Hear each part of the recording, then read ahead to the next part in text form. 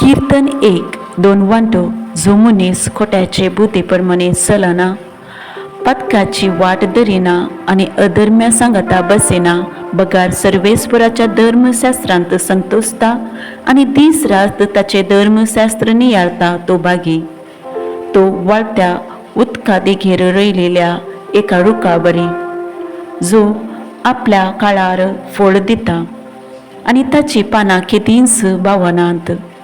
जे सगळे तो करता ते सुफळ जाता, पूण खोटे मनीस तशे न्हय. ते वाऱ्यार उबोन वेता त्या फळा बरी.